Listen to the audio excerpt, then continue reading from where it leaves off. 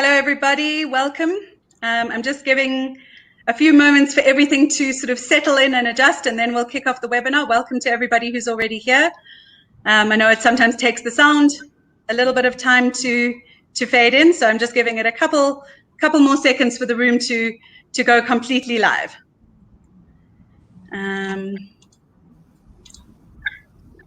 I've put a welcome message up in the chat to ask you all to please let us know your company name and job title so we can get a sense of who we're talking to in the room. So please check in and let us know. All right, and I'm going to kick off now. Welcome everybody to this joint webinar that we're hosting with CFO and CHRO South Africa. Fraud thrives in chaos. Beat fraud during COVID-19. When we started conceptualizing this webinar, it was a little bit disheartening to realize that on top of everything else that we're having to contend with at the moment, one of the things that we're going to have to give consideration to is the fact that fraud thrives in chaos, and that there's a good chance that while all of this is going on and we're working from home and businesses are losing money, they're also losing money for other reasons, which is that there are instances of fraud taking place in their organizations.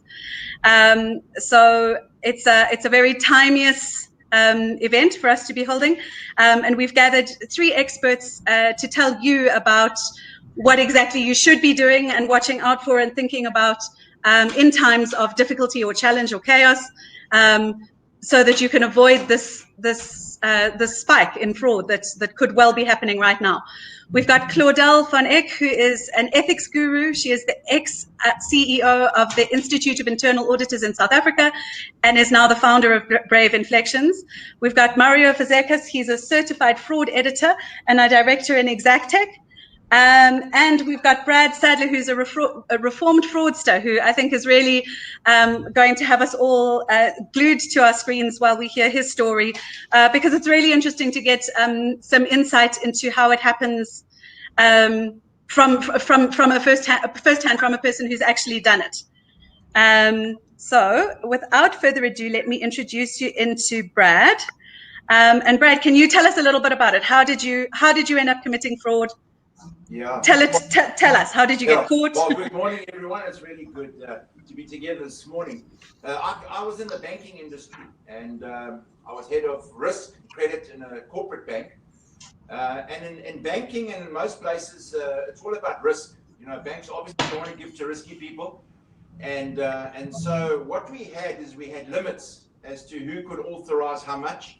And then we had a concept called grouping. And what grouping meant was if I lent to an individual, say I lent him R1 million in his personal capacity, and then he applied in his company's name for another $1 million, you had to group those two together because there's risk. He's involved in both. He's in his individual capacity, and obviously he's maybe the director or shareholder owner of the company. You've got to group them together. And that would be the total risk to the bank. And so as time went on, I realized, well, if I lend to an individual and he's good for it, he can repay no problem, and I lend to this company and they can repay no problem. Instead of grouping them, I kept them apart as 2 separate deals. One of the reasons, we could do the business very quickly. We didn't have to go to the board for approval. And number 2, obviously our turnovers increased, our profits increased. And so that was essentially the fraud, was not grouping all those accounts together. And in the end, the non-grouping of accounts in my trial, it totaled 70 million in total for all the clients that I'd not grouped together. And so I often get asked the question, well, you know, how much did the bank lose and all that? How much did you steal is my normal question. Is how much did you get? Theft and fraud are 2 different things. Maybe quickly, a definition of fraud, a very quick definition is there's an intent to misrepresent where there's loss or potential loss. And so I was arrested on the potential loss to the bank of 70 million rand. Most of those deals that I'd done outside of the policies, procedures and controls were repaid over time. But the bank had a potential to lose 70 million rand. And so that's why I was arrested. And then the other thing, of course, is in that grouping is that clients became good friends. And I think that's a huge challenge. Is that they became really, really good friends, and I would lend to them based on a relationship rather than based on tried and tested policies, procedures, and controls. And this, remember, I was arrested in 1994. My trial was only ended in 1998. And we really didn't have segregation of responsibility. So I could see the client, complete the application, approve it, and sign the check. And that was dangerous. And so over time, my mandate then was 3 million rand. The one particular client had lent him over 20 million rand, rather just in not grouping these things together. And so the risk to the bank was extreme. There was a potential that the bank could have lost 70 million rand, even though they didn't, but there was a potential that they could. And that's the definition of fraud. It doesn't actually have to be a loss. It could be a potential loss. Is that helpful for the people? And that was helpful. Yes, no, that was great. And it is such an interesting insight that, as you say, that fraud doesn't always equal to theft for personal gain. You were obviously benefiting from your relationships and your interactions with your customers, but you weren't actually stealing money, but you were committing fraud within the definition of the banking system. Yeah. And therefore the bank wasn't held within its safety structures that it had implemented. Yeah. And there was great potential loss. Was there ever any actual loss that there was a figure that could be put to it? I think in the end it was about 12 million rand. A lot of it was legal fees. The bank helped to prosecute me because it was quite a complex financial crime in terms of trying to get all these documents and these things tied up. But there was a Lloyd's of London insurance policy that had refunded the bank all their losses. So I wasn't employee of the month at Lloyd's of London. But you know, I always speak about loss, and we think of it only in financial terms. But there was a loss in terms of personal cost, even to the company. Morale went, it bottomed out. No one trusted each other. They tried to centralize everything. I mean, it really was difficult for the business in those times. And so there's more than a monetary loss. There's a loss to the business. There's a loss of confidence, credibility, all these things that you've got to take into account. And one of the questions I asked is, how was it uncovered? You know, how did they catch you? And what happened was I wanted to leave the bank. I wanted to go into business with a friend of mine. And so I went and I headhunted a guy from Standard Bank who I thought would do a great job in heading up this new credit division. And when he was going through all these deals, he said, no, wait, man, we're at risk here. I remember him phoning me. I said, don't talk nonsense, man. We're not at risk, man. What are you thinking about? Leave it. But they had felt, and he took it to the board, and they felt, no, this is risky. I mean, I had gone outside of our policies, procedures, and controls. There was intention. I hadn't reported it to the board. I didn't. It wasn't a mistake that I didn't report it. I intentionally did not report it. I didn't want them to know because we were doing business, making profit. And so they gathered all this together and they said, we need to prosecute because there's a potential loss here in the bank.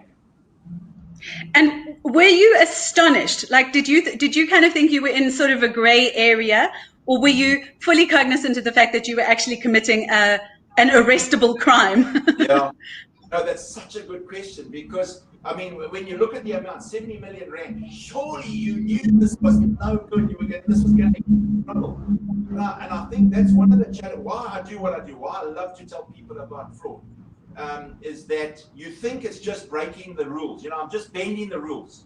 You're not bending the rules. You're circumventing policy, and it's a criminal action. And just the response I get from people are how much money, after they hear my story, well, did you really not steal the money? I realize people don't understand fraud and the seriousness of fraud.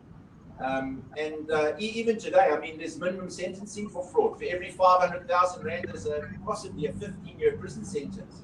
That's how seriously they take fraud today. Okay. And so, you know, at first you're just bending the rules and we're making money. And so what if I get a good deal on a car and I get a trip here? It doesn't matter. That's part of business. Actually, that's corruption. You know, so I was arrested for fraud and corruption and found guilty of most of the charges. Yeah, it's a very serious crime. It really is. And we tend to brush it off as just bending the rules. It's actually much more than that. Okay, well, thanks. I mean, that's very valuable insight, and I'm certainly going back through my career and wondering if I ever bent the rules in such a way that I was opening anything up to loss. I don't think so, but it is interesting to hear how you're putting it. Is that it might just be seen as a gray area, or rather than an outright sentenceable crime. Claudel, perhaps you can tell us about these kinds of people. What should you do if you have an inkling that someone is committing something, and can you reform them, or is the way that Brad was treated the only way to go?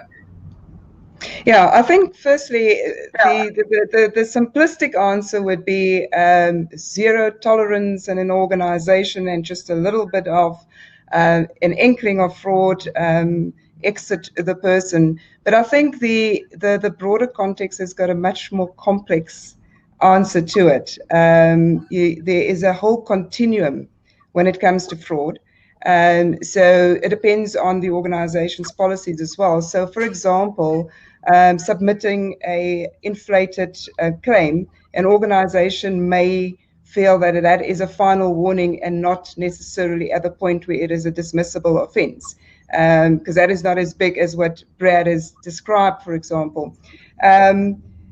But then you need to look at, if we look at the people, when I say continuum, for me, the one extreme would be your psychopaths.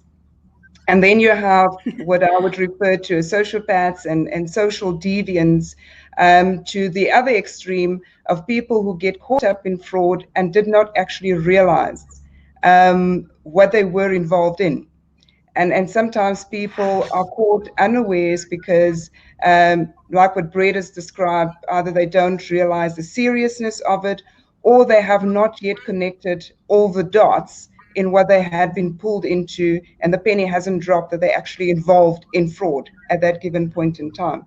Now, how you deal with the frauds, it depends on what you're dealing with on that continuum as well. So a psychopath, the big problem that you have there is that they lack empathy and remorse. And on the other extreme, you would find that the person does have empathy and remorse, and therefore you can now start talking about rehabilitation. Rehabilitation is something that very few organizations actually talk about. So if the person has committed something that is that the organization, in terms of its policies, feel that it is not big enough to dismiss yet, it is maybe a final written warning, but they don't have a rehabilitation program in place to make sure that we now tap into the person's empathy, help the person to understand the ripple effect of their actions, and then get the remorse, and then then you can start talking about somebody who is reformed. I think in a broader context within society, we do need to have the deeper conversations around how much are we doing to rehabilitate somebody who has committed fraud, because what we're doing is we're sending, and I'm excluding the psychopaths because that's a bit of a lost cause. So we're sending people back into society who then become unemployable. And then you have the cycle then of, now I've got to commit fraud to get another job because I've got to misrepresent myself. And that cycle then continues. So we do need to have deeper conversations around what is it that we need to invest in rehabilitating people so that we can start to get that balance. Just one word also on the psychopaths. I think organizations really need to look at their recruitment processes. We find that in leadership positions, you have a higher concentration of, or a higher percentage of psychopaths compared to the normal population out there. Why does that happen? Because they are prepared to do things that normal people won't do. So how do you need, what measures do you have in place to prevent them from entering the organization? Because they can be very, very dangerous as well. So think about it as a continuum. But the most important message that I would leave in relation to this question is rehabilitation and concerted efforts being put into that. Okay, great. I mean, it's a very interesting message, because do we can you ever trust a person again? And what I hear you saying is that with a solid rehabilitation program, you can. Obviously, again, depending on who the person is and depending on how bad the crime was, I guess. But it is nice to hear that people can come back from that and realize the gravity of what they've done, as Brad mentioned, and then hopefully not do it again. Claudel, you shared with me the study that was conducted on the 2007-2008 global financial crisis. It was conducted in the USA, but it has bearing around the world, where 80% of respondents who are certified fraud examiners, like Mario, stated that they believe that there is more fraud during times of economic distress. So, Mario, over to you. First of all, have you yet seen an uptick in the cases of fraud that you're investigating? And do you have a projection for what you think is going to happen as a result of the COVID-19 period that we've found ourselves in and will continue to be in for the months and possibly even years to come? Yes, Georgina, definitely. It's basically down to two reasons. The first is that there's a saying from Warren Buffett: only when the tide goes out do you find out who's been swimming naked. So what has happened now with COVID-19, the tide has really gone out, furthest it's been for a long time. And all the people that have been stealing and defrauding have now been exposed. It's such a desperate situation that friends and family are telling me, my dentist is phoning me, my doctor's rooms are phoning me to say, you owe 12 Rand, you owe 75 Rand. And I say, from when? They said, oh, last year, June. They're actually going back to look for all the little rands and cents which they normally would have just written off. That is how bad it is. And added to that is the extra pressure now, because people are under financial pressure. People are not earning, salaries have been cut dramatically. Salespeople are not getting their commissions. So there's a lot more pressure. The opportunity has increased because now what's happening, people are being retrenched. There's less segregation of duties. Even gatekeepers are being retrenched. So the internal auditors, external auditors are being told, goodbye, we don't need you. You're non-essential. And of course, the rationalization is very easy to kick in now because I could be the next one to be retrenched. My company has no loyalty to me, so why should I have any loyalty to it? So in terms of predictions, if we look at the three categories of occupational fraud, I see corruption increasing dramatically because it's seen as a you scratch my back, I scratch your back. We're not really doing anything wrong. No one's going to get harmed. So I see a lot of corruption coming where people are going to pay bribes or ask for bribes. I see financial statement fraud coming where executives are going to say, hey, the shareholders still want their pound of flesh, so I need to produce and I'm going to cook the books in order to produce and retain my job and get my bonus. And then, of course, I think you'll still, if people are not working from home and have access to the assets, they will steal the assets. So, yeah, that's my prediction. The fraud is going to increase in all categories. Oh dear. and is it going to be a measure of looser controls, but also because people are scared of their jobs, scared for their, will it be fear driven as well?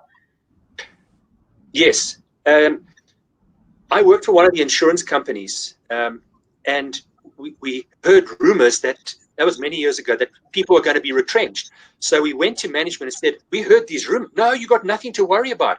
That Sunday we read in the newspapers, people are going to be retrenched at this insurance company. So people started to put through fictitious policies and rush to look after themselves because they knew that the head could be on the chopping block. So yeah, a lot of it's going to be driven by the fear and the uncertainty. It's going to drive bad behaviors, abnormal behaviors. Okay, that's scary for the future. And as I said, as if we don't have enough to contend with already, to now have to contend with this rising tide of a lack of trust among our employees. To the audience, I'm going to be publishing a poll. It would be great to have your participation to see what your confidence of your level of control is in your organization. So let's please have your votes. And we'll announce the results. We'll announce the results shortly. It'll be interesting to see what level of control everybody thinks they have. Brad, back to you. Many organizations believe that they have a certain level of control in place, but even not in a time of crisis, those internal auditors didn't pick up your fraud. first of all, what do you think? Do you think that they do have that internal auditors do have a big role to play? And what do you think made it possible for them to overlook what you were doing? Okay. Well, two things. So in the bank that we had two sets of auditors. We had internal auditors, obviously. Then we had external auditors. And maybe to give an illustration, the external auditors would come and they'd normally take a sample of the business we had done, and they would pick up one or two of these deals where I hadn't followed the procedures and controls, and I hadn't grouped it, and they would go to my boss and they would produce an audit report, and then he would call me in with the auditors there, and he would berate me in front of the auditors. I don't want this happening again. Go and fix it right now and sort it out. And when the auditors would leave, it'd say, Brad, please, those guys are such a pain. Can you just sort that thing out? And please, it's not to place any blame at my boss. I made all those decisions myself. They were my decisions, and I need to bear the consequences. But I do believe that if management would take auditors seriously, and if there's something that's gone wrong with an audit, it needs to be addressed urgently and powerfully, if I can say that. And then, of course, the internal auditors would pick it up, and there was management didn't take it seriously. I mean, I reported my boss to the internal auditors to say he's not adhering to policy, procedure, and control. The director then called me in with the head of internal audit and said, thank you for bringing it to my attention. And then he asked the head of internal audit to leave, and he said, Brad, please, we're in a tough thing, just need to lighten up a little bit. But again, please, it wasn't his fault. I made those decisions myself. But I do believe if top management do not take auditors seriously and internal auditors seriously, it filters down. And the fact is that they just regard it, oh, those guys are just such a pain. I remember years after I'd been released from prison, I actually bumped into some of the internal auditors that were at the bank. And I remember saying to them, I'm so sorry for not listening to you, because if I had, I would not have gone to prison and I would not have committed fraud. And so to all the auditors and internal auditors out there, your job is so important. It's personally important, and that you literally could save somebody from going to prison and potentially destroying their lives and the lives of those around them. And for those who are heads of organizations, or especially in the financial aspect, the role of an auditor is so important in protecting not only the organization, but in protecting the individual. I do believe they do both. They protect the organization, but they protect the individual as well. Fraud is not an individual crime. It ripples, as Claudel was saying, it ripples across the organization, across families and friends, and it can be very destructive. And so for me, auditors, you're doing a great job. I wish I'd listened, but I didn't. And I paid a price. There was a cost to that. Yeah, I mean, I think it must be a fairly thankless task as well, because you're seen as those irritating nitpickers who constantly trying to keep everyone on the safe and on the straight and narrow. So it's and what a tragedy that. So I suppose that they existed and they were doing their jobs, but it was the organizational structures that then, one step after another, sort of contributed to things that's getting as out of hand as they did. Yeah. Mario, it would be interesting to hear from you. What is the best practice for this kind of scenario, for both detecting and acting on fraud? And do you find that people are open to your feedback about how they could improve or make their fraud catching capability better? Well, Georgina, if we have a look at the Association of Certified Fraud Examiners, they've got what we call the 10 building blocks of prevention and detection. But what happens in many organizations is it becomes a compliance exercise where they just tick the box.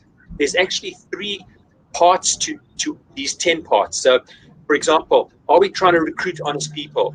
Are we doing background checks? Do we have a code of conduct? Do we have a hotline? Great, they tick the first column. We've got these things. But there comes a second column. Is everybody aware of it and their responsibilities? And then a third column, is it actually achieving its goal? So if we've got a hotline, are people aware of it? Auditors should be, when they're doing their audits, asking people, if you saw something unethical, what would you do? And they would get answers like, I wouldn't know what to do. And then they'll say, well, what about the hotline? Oh, I didn't know there's a hotline. Or I wouldn't use that because the last person that blew the whistle got fired. So critical to look at those three aspects of each 10 building blocks. Is it there? Are people aware of it? And is it achieving its aim? And if we take training and awareness, a lot of companies are doing the push. You must come to training. You must protect the company's assets. What about the pull? So we suggest surveying staff and asking them, what are you seeing going around? Whenever we do training, we have a pre and a post workshop questionnaire to show management the value of training, number one, to see, look how little your people knew before they came, look how much they know after they came. And we also ask them questions, what type of unethical behaviors are you seeing? And they actually write them down. We don't put a list of words for them to choose. We leave a blank piece of paper and they put nepotism, corruption, kickbacks. They know what they see, but they fear for their jobs and even their lives. So a lot ask me, who's going to read these surveys that we're filling out? And I assure them it's only me that's going to read them. But even there, I can see the skepticism in their eyes. So we've gone to online surveys now, where people survey responses come directly to us. And in terms of receptive, generally when we speak to management, they tell us fraud isn't high risk for us. We trust them. These people have been with us for 25 years, 26 years. Now, the fraudster can be the person on his first day, or it can be the person on their 50th day. It can be male, female, young, old, it doesn't matter. We also get told by management, oh, but we have internal controls. The next question is, who's monitoring those controls? They all look good on paper. Who's monitoring them on a regular basis? And then, of course, management loves to tell us, but we have auditors. And we're saying at the end of the day, it's not their responsibility to prevent fraud. It's management's responsibility. Auditors have a responsibility to look for the red flags and report that to management and to give advice to management, but not to actively go out and prevent and detect fraud. So that's why we're saying they end up at the end of a fraud, we have the auditors blaming management, management blaming the auditors instead of them working together against the fraudsters. So yeah, that would be my answer. Okay, fantastic. Thank you. Yeah, I mean, so very interesting. Again, it's that story of how the measures happen at a number of different levels and through a number of different relationships, and every part of that's got to work. And if pieces of the pie aren't all participating together, then things fall through the cracks. But we've spoken a lot about detecting fraud, but obviously prevention is better than cure. And so, Claudel, I'd be interested to hear from you. I know that there are certain organizational cultures in which fraud is more likely to flourish. So perhaps you could talk a little bit about that, and then tell us what organizations can do to create an ethical culture. How do you bed that down when it's such an individual thing? No, absolutely. I think culture is so important. You know, the old saying of culture eats strategy for breakfast. Fraud is a subset of unethical behavior, right? So what a leadership wants to do is to ensure that it builds an ethical culture within the organization. But typically, what leaders tend to do is to have a very fragmented approach to building that ethical culture, or a very shallow approach. Right? So if you are only going to have training and a hotline and tick the boxes and say, well, we're doing these things to ensure that people understand ethics in the organization, you're not with that going to build an ethical culture. So I work with a model that has got a number of different dimensions that are all interrelated, and understanding you've got to think about it in a very integrated manner.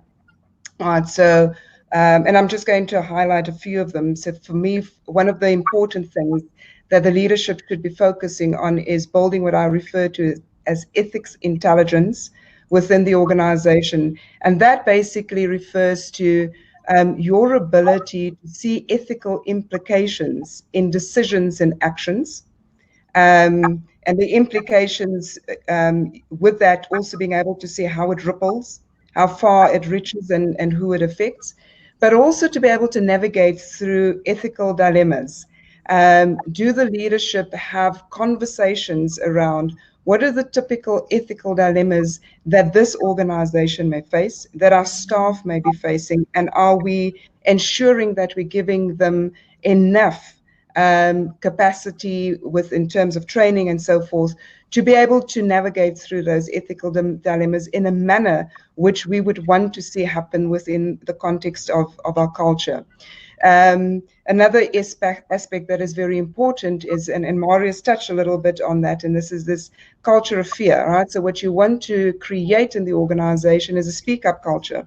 And often what you would see is that there's a disconnect between what is happening at the top and within the organization, right? So you may have leaders sitting at board level or executive level who really believe that they have the right intentions, that they are leading the organization ethically, that they're setting the right tone at the top, and just by saying the right things and telling people what they're expecting of them, that it filters through.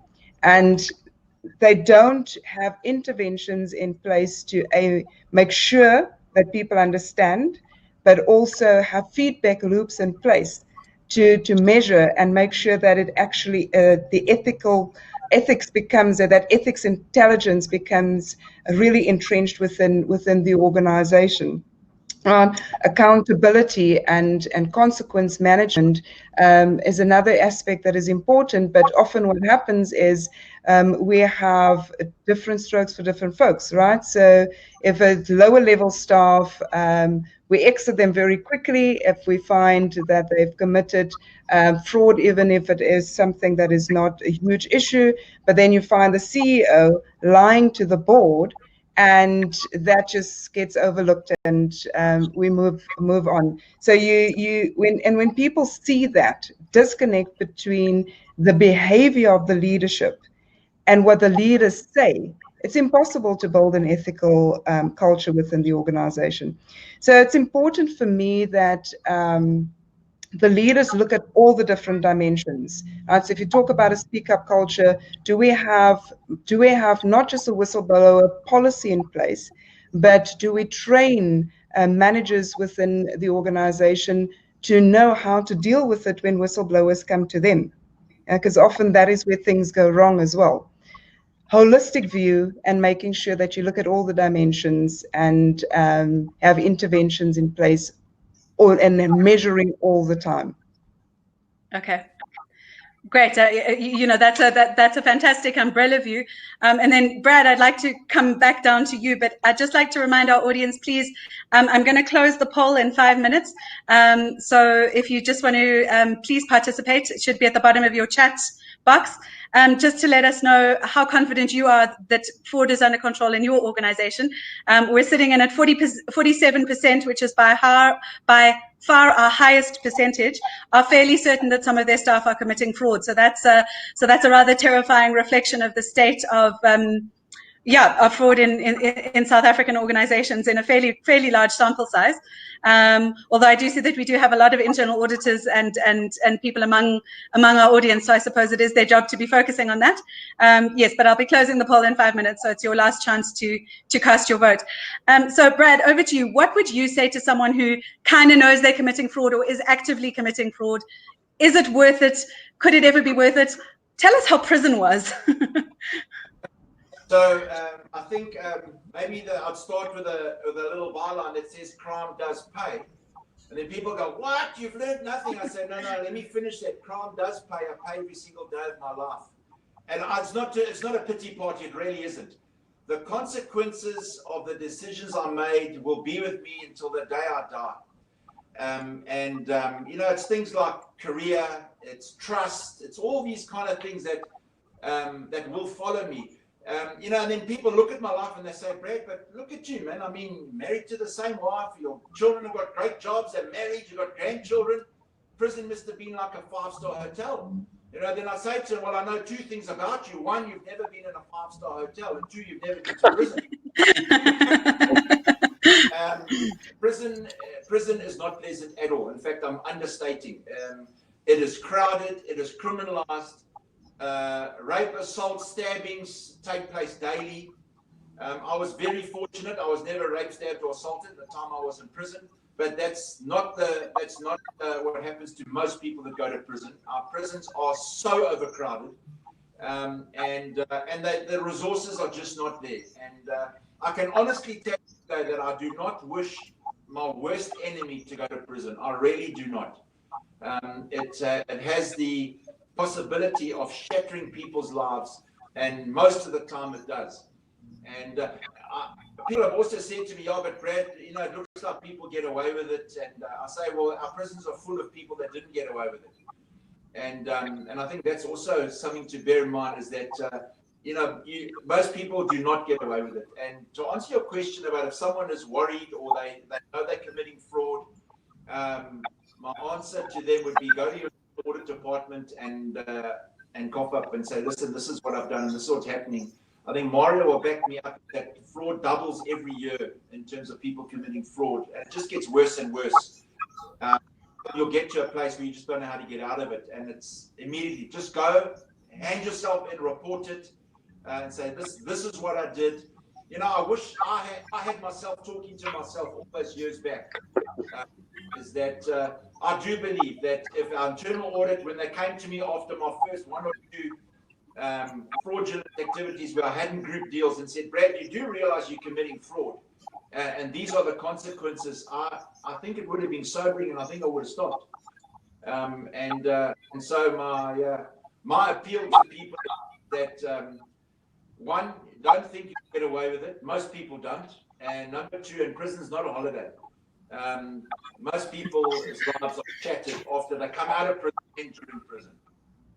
Okay, great. And yeah, thanks for that feedback. I mean, I don't think I'm surprised that people are under the delusion that it must have been like a 5-star hotel, because I can't imagine any prison, white collar crime prison in South Africa is a fun vacation. So, but yeah, thanks for underscoring that. And it is great to hear how it would be if you were able to reflect back and talk to your younger self. So hopefully somewhere out there you're reaching someone who's in that position, and you can head them off in time. Mario, I'd be interested to hear from you. For organizations that do have the right policies in place, do people follow them? Is society generally a rule-abiding bunch? I mean, we're learning all about our ability to stay in lockdown and wear masks in public right now. Would you say that there's a similar level of good followers and then complete disregard for policies and procedures, or how does it look in an organization? Georgina, generally there's a disconnect between what executives believe and what's at the bottom. A recent survey by a company called Tessian, they interviewed IT leaders, and they asked them, "Do you think your staff members have read the policies and understand them and are abiding by them?" 91% said yes, of course. They went and then asked the employees, "Are you following these policies?" 48% said no. No, we're not. And of the 52% that say yes, from our experience, about half of them actually are. So maybe 25% of people are actually following the policies. And how do we know that? Because what we do is part of the training, people can sleep in training. It's so easy. Yeah, I attended, I signed my name and I go. So the type of training that's being done now is little bits. So people will come to training in 20 minutes. Then they will get simulated phishing attacks where they will get an email saying free pizza, click on this link.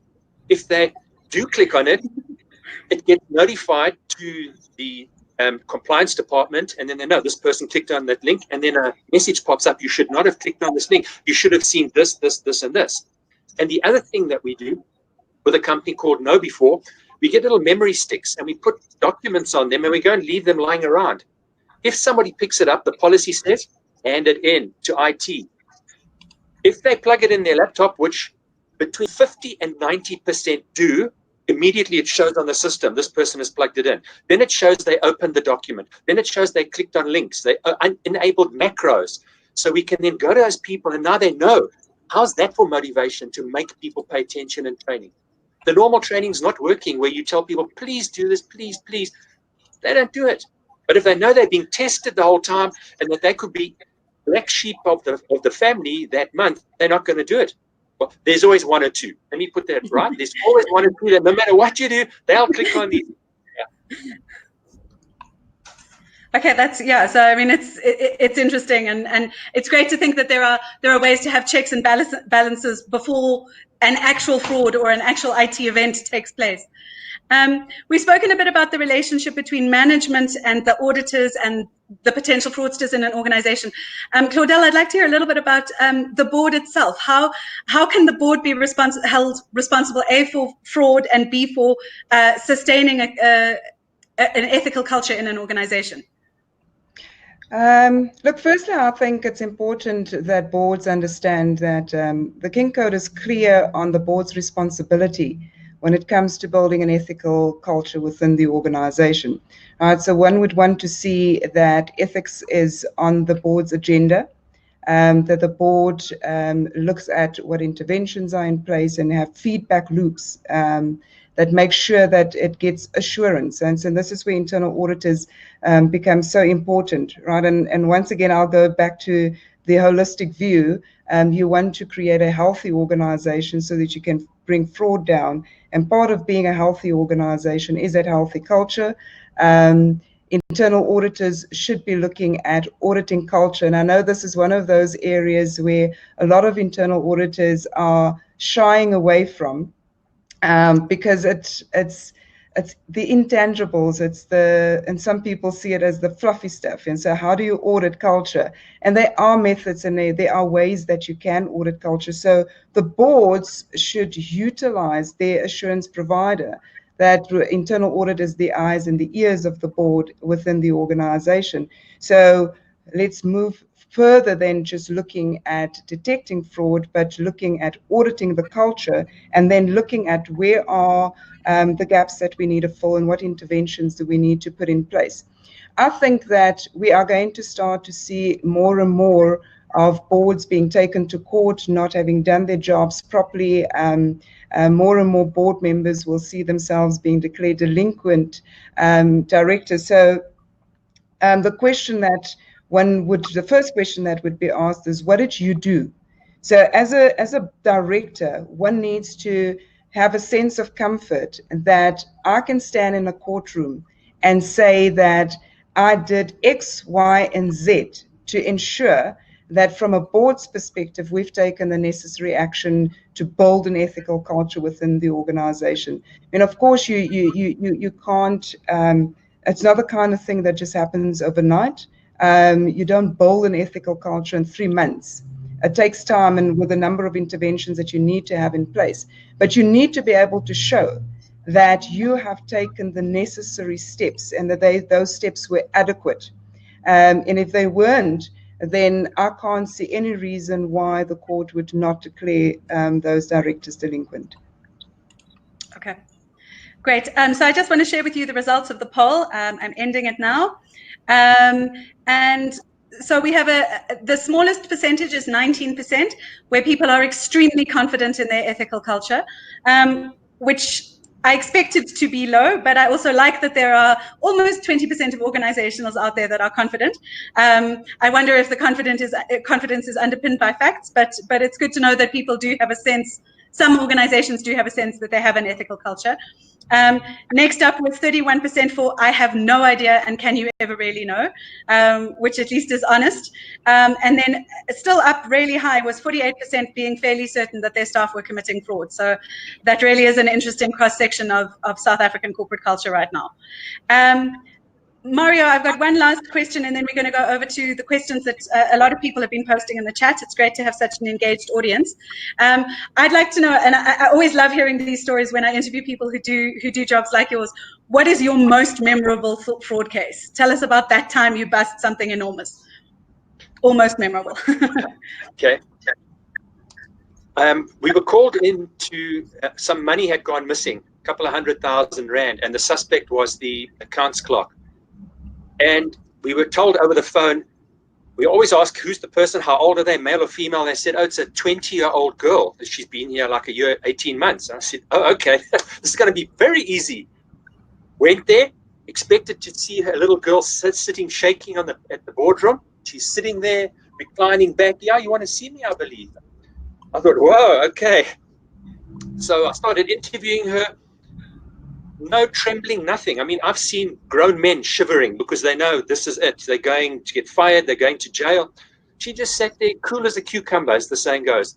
So now I'm scratching my head. Gee, this wasn't in the books, you know. They didn't tell us how to handle this. So I just started. I said, look, she's a human being. Tell me what you want to become. Oh, I want to become a chartered accountant. I'm doing my article. I'm doing it through Psycha. Oh, that's very nice. So I don't believe in good cop, bad cop. You get more out of people by being nice. Everybody can make mistakes and do. So I said to her, do you know that if somebody's got a criminal record, they cannot become a chartered accountant? And then the lips started to tremble. And I thought, gotcha. And then I just carried on that, you know.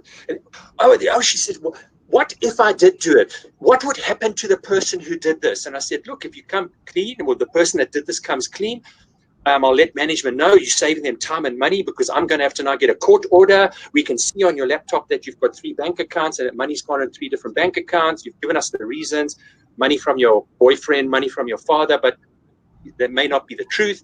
And then she said, okay, I'm going to come clean. Management was very happy. And so, yeah, that's my most memorable case. Don't take anything for granted that this is a little kid and it's going to be easy. And no, it doesn't work that way. It's so, and I guess it takes all sorts, and you never know what you're gonna get at the other end. So I'm going to go over to some of our audience questions now.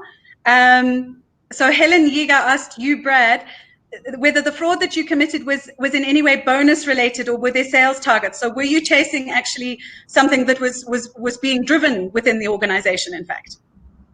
Yes, so we had incentives. There were incentives for everybody, including people in the head office and the salespeople. There were incentives of overseas trips, bonuses, promotions. There were those incentives. But I'm always careful when I talk about incentives, because I believe in incentives, but they've got to be business driven in terms of ethical business, good business according to policies, procedures, and controls. I just think you need to be careful on how you frame those incentives.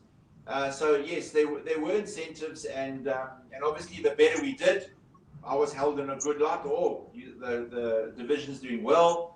And so there certainly were incentives that I did qualify for because of what was happening. Okay, there should almost be like an ethics incentive that's 10% or 50% of the total. And did you get there? But did you get there in the right way? That's not a bad idea, an ethics incentive.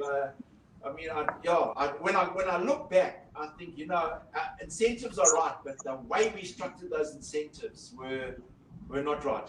It's not to say that everyone that gets an incentive is going to commit fraud, but I think you need to be careful and need to be wise about how you structure those incentives, and what comprises qualifying for an incentive, I suppose, would really count on the top of my list. What are the qualifying criteria for incentives in an organization?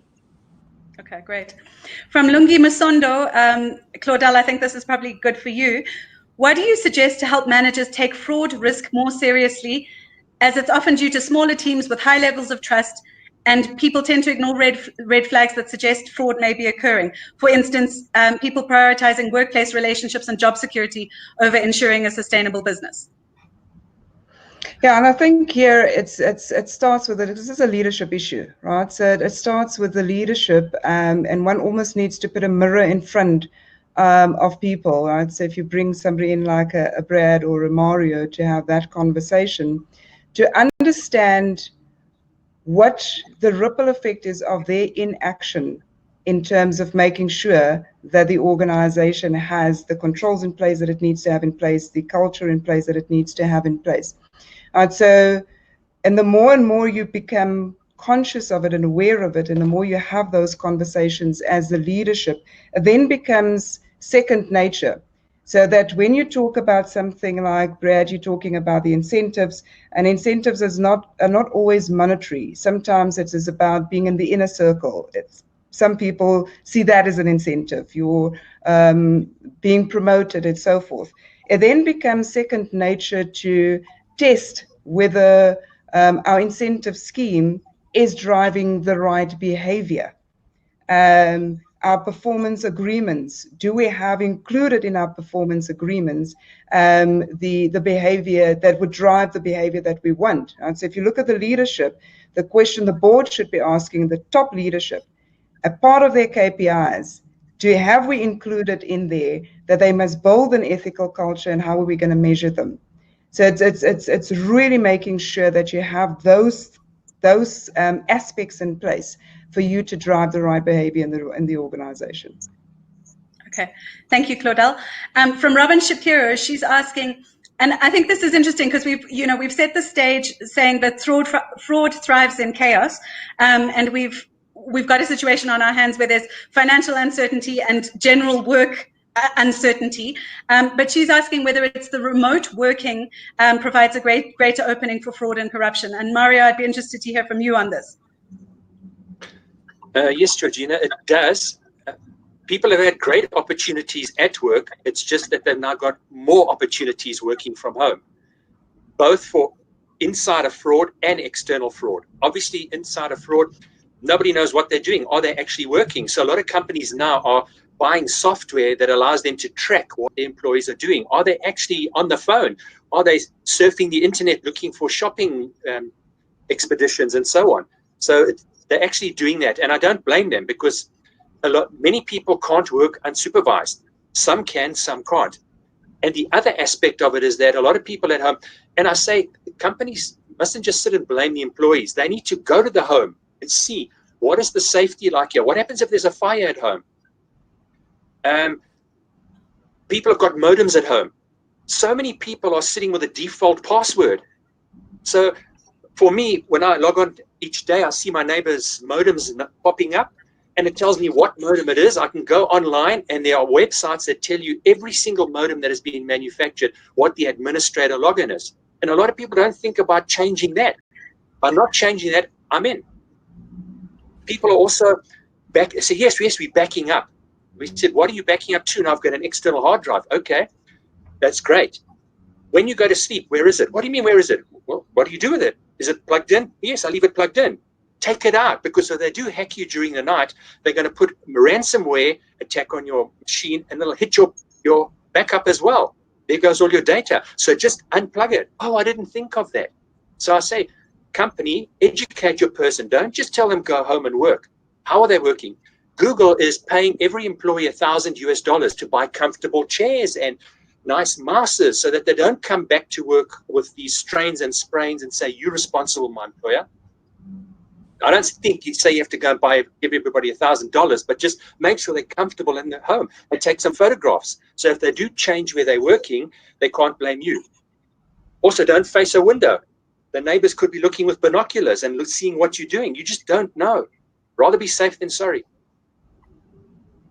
Okay, great. Thank you, Mario. I've got another one for you, Claudel, from Robin Shapiro.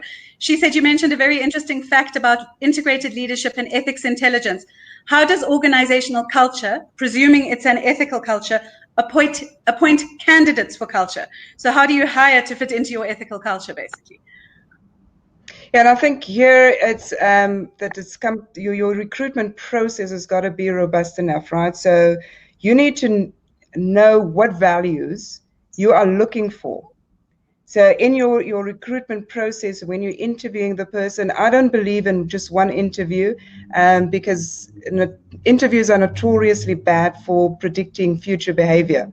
All right. So what I often used to, when I was still in an executive role, uses industrial psychologists to do psychometric testing, but also making sure that the person who does the testing for us has a very good understanding of what values we are looking for within the organization.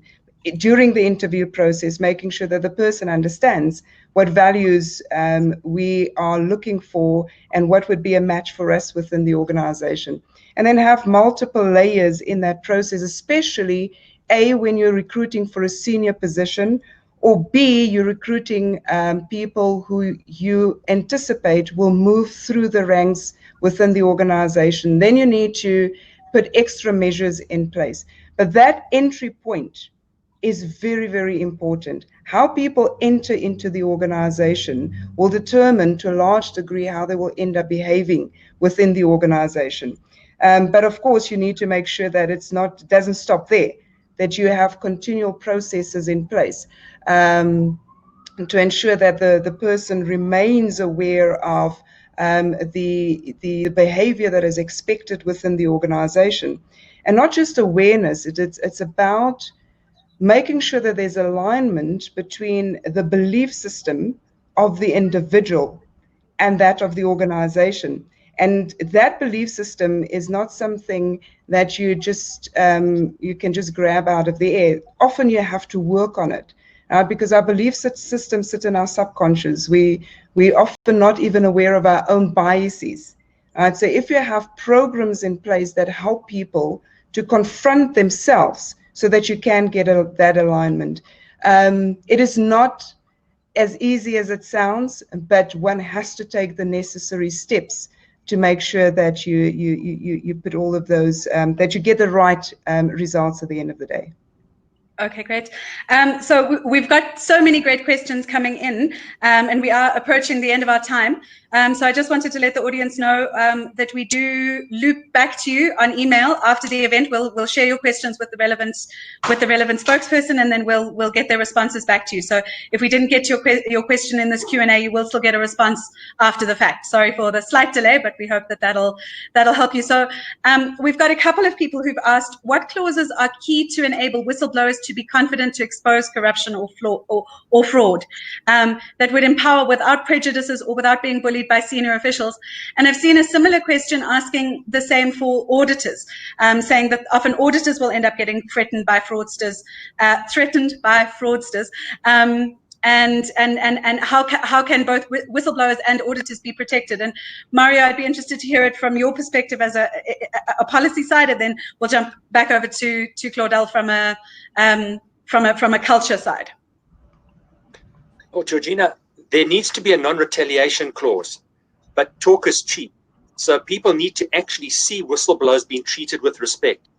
And a lot of companies say, oh, it's their job to blow the whistle. We're not giving them a reward, no special treatment. And I'm saying, well, then they're not going to blow the whistle, are they? Either you want them to or not. These people are putting their careers on the line. They're putting their lives on the line. Surely the least we can do is try and protect them. So it starts with that non-retaliation clause, but then where's the action? Because a lot of companies, when I speak about these type of things, they say to me, our executives have got foot and mouth disease. I said, what are you talking about? And they said, well, they're saying the right things, but they're not doing the right things. So we're not going to follow what they're saying. And I say, well, there you go. And that's why, again, I state, speak to the people. Auditors shouldn't sit in boardrooms looking at each other. Go out there, speak to people, get their feedback, survey them. That's how you know what's really going on. And often, as Claudel said, middle management are lying to their senior executives that don't really know what's going on in the bottom. And then over to you, Claudel, from the cultural perspective. And then I think this is one of those things that the boards need to be very conscious of, and have on their agenda to ask questions around. But the protection of whistleblowers, I think, really starts at the top. The honest conversations that leaders have amongst themselves and holding each other accountable. Do we ensure that retaliation doesn't take place? Have we created a safe environment for people so that they feel that they are in a speak-up culture, and that they are not going to find themselves victimized or not? I touched a little bit earlier on. I touched a little bit on training of managers on how to deal with whistleblowers. Because we tend to put these policies in place, but we don't train people and make them conscious of how they should be treating the whistleblowers. How do you protect the whistleblower? What steps do you need to take as an individual manager to make sure that you don't expose the whistleblower to the perpetrator? So sometimes somebody blows the whistle and the manager goes and runs and tells the person who is going to victimize the whistleblower, right? So it's about the practical things that you need to put in place to ensure that you have that speak-up culture so people feel safe. And I agree with Mario around the compensation issue. For me, goes further than thinking about giving people a monetary reward for speaking up, because you also don't want to create a culture where people only speak up when they get paid to speak up. But what you do want to make sure of is that when people have to pay a price, that there is some compensation. So, for example, when you are the one who speaks up, people often don't realize the psychological trauma that people go through. So if the person needs to go and see a therapist, who covers that? So if the more and more the organization put the money where the mouth is, the more and more the people see in their actions that it is safe and that they're actually protecting whistleblowers, the more whistleblowers will come forward. And then you will start to see your ethics intelligence in the organization going up notches and notches and notches. To the panelists, I just really like to extend my thanks to you. This was absolutely amazing. Brad, good luck in your campaigning against fraud. Mario, your work, and Claudel, yours as well. It really is great to know that there are such committed people raising the ethical tone of South Africa and doing their jobs in this way. So thank you very, very much for your time and your efforts in producing this webinar. It really has been a fantastic one. I hope the audience I'm sure the audience has gained significant value from it. So thank you very, very much. I just want to just let you know about a couple of other events that we've got coming up. Okay, so this was the Fraud Thrives in Chaos webinar, which you've been watching now. It was a joint webinar between CFO and CHRO South Africa. Coming up next, we've got Sally Acton from Talk IT talking about mapping your employee journey, which helps you to boost staff productivity and satisfaction. That's on the 3rd of July at 11 o'clock. You can register for upcoming events at chro.co.za/events. They'll all be listed there. And then next, Sanlam has some great research into employee benefits and how they're being impacted by COVID-19. We're doing that for both the finance and our HR audiences, but we're doing it separately. So the finance webinar will be on the 9th of July at 11. You can register for that at cfo.co.za/events. The HR one will be on the 10th of July at 11, again, chro.co.za/events. And we're looking forward to seeing all of you at future webinars. Thank you very much for your time and attention. Goodbye, everybody. Thank you. Bye, everyone. Yes.